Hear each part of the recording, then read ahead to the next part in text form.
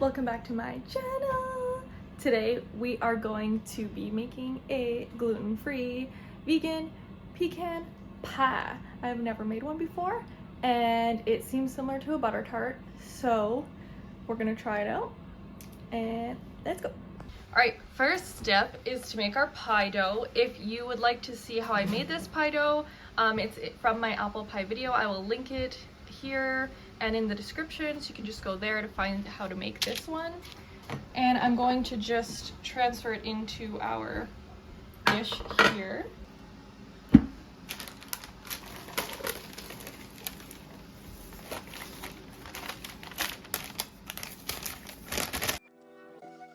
It's a little sticky, so I probably should have floured my parchment paper, but it's okay. We will survive.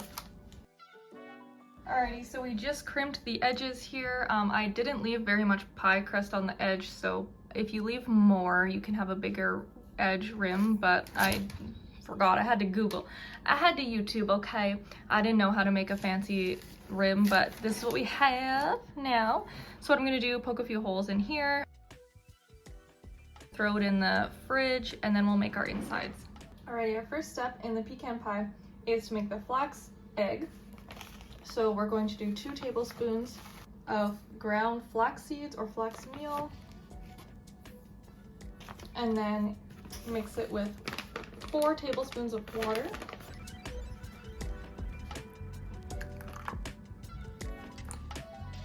Give it a little mix, and then we're just going to set it aside for 5 to 10 minutes to really thicken up.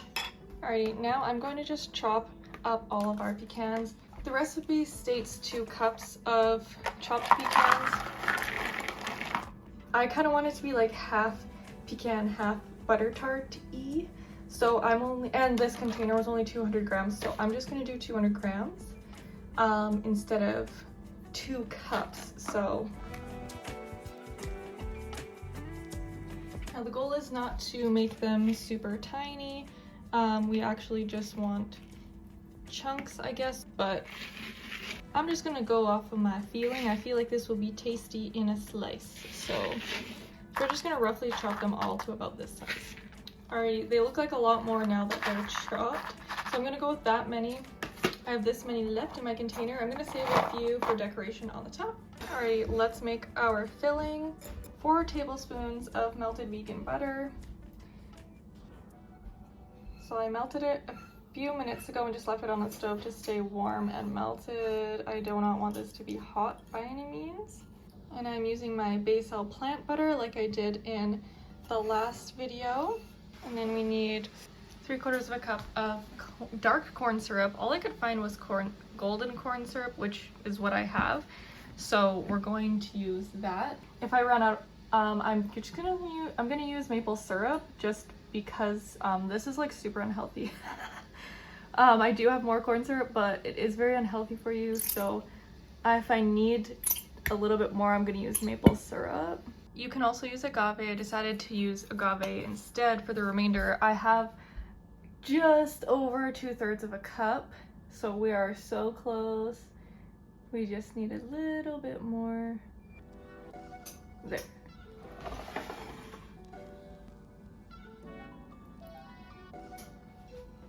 Three-quarters of a cup of cane sugar,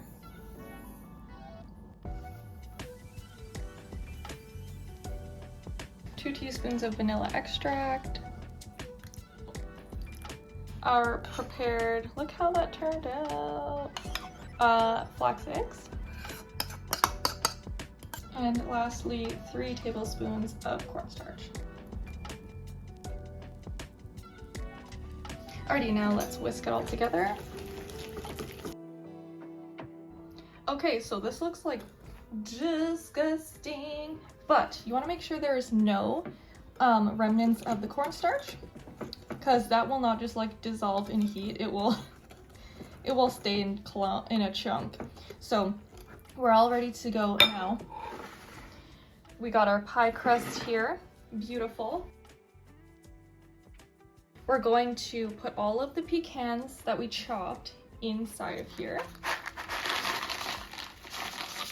And we're just gonna evenly spread them around. So like I said, I'm using less pecans than what she states in the recipe because I kind of want more of the butter tart feel as opposed to just straight up pure pecans. But I mean, who knows? Maybe I'll regret this. Look how beautiful it looks. Okay, perfect. Always keep your utensils somewhere, okay? Because you oftentimes need to reuse them. So there is my spatula. Okay, that looks really good. I'm just going to go around and make sure that all of the pecans are like covered. So I'm just gonna do it now, and I'm just gonna like plop them. Okay, into the oven we go. 350 degrees Fahrenheit, 60 to 65 minutes. I put it on a cookie sheet like I did with apple pie because I read a few reviews saying that they bubble over, so I can't imagine this bubbling over, but we'll see. So actually I'm probably gonna put tinfoil here to protect the pan because the sugar will just stick. Alrighty, it has been 60 minutes. We're looking very bubbly, thicker than it was when I checked at like the half-hour mark. I think I'll leave it in for maybe like just 2 more minutes-ish. I have a timer on for something else, so I'm just gonna kind of watch the timer for a couple minutes and then I think I'll take it out, and yeah, I'm super excited. I think it's good, so I just don't want to overcook it because then it can get like too hard and you know, you want it to be edible, you know? I just pull it out. It is still bubbling like crazy, so I had no problem with the crust. It's hard to see on camera, but it is lightly browned, like the lightest brown color. It's so beautiful. And we didn't have any problems with it overflowing, maybe because I used less pecans. My decorations got destroyed. The bubbles just like migrated, some of them stayed. That's fine. Now we are going to cool it for 30 minutes at room temperature. Maybe I'll do more just because it's literally still bubbling so much. We'll cool it for 30 minutes and then we'll pop it in the fridge after that. Alrighty, we're ready to slice it. It's 9 o'clock now. I'll put the time on the screen when I first took it out. And we're gonna try and cut it. I don't know if it's going to be, it'll be cut. Oh yes, it's cuttable. Okay, perfect.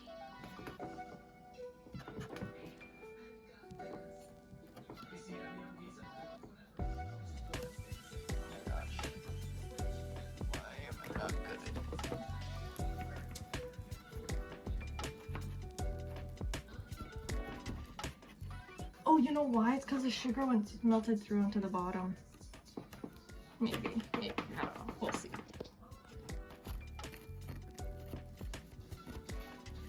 Uh-oh. Because the sugar went through the crust in some spots.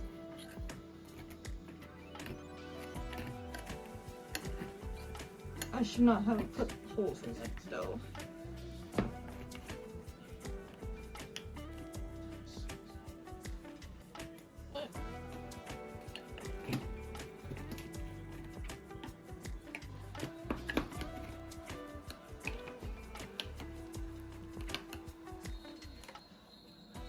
Do not poke holes.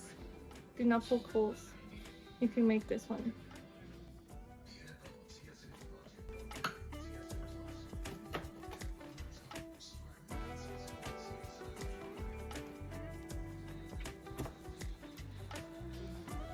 Alright guys, it is the next day and that pecan pie was super good. It was very, very, very sweet.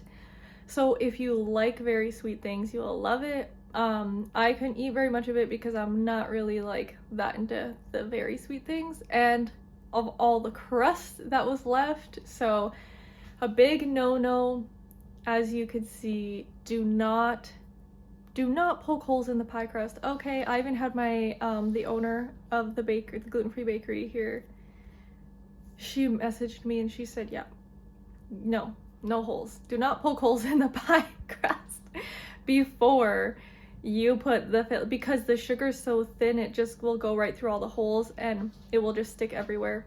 As you can see, that's what happened. So aside from that, it would have been perfection. So good, amazing. It worked out. I cooked it, I think I baked it for a total of like 65 minutes ish, around there, so no more, and it was the perfect consistency. Yeah, it was so good. I don't have any to show you. It's all gone. So yeah, aside from that, everything was so good. So I hope you guys try it out. Do not poke the holes in it, and I will see you in the next video. Bye.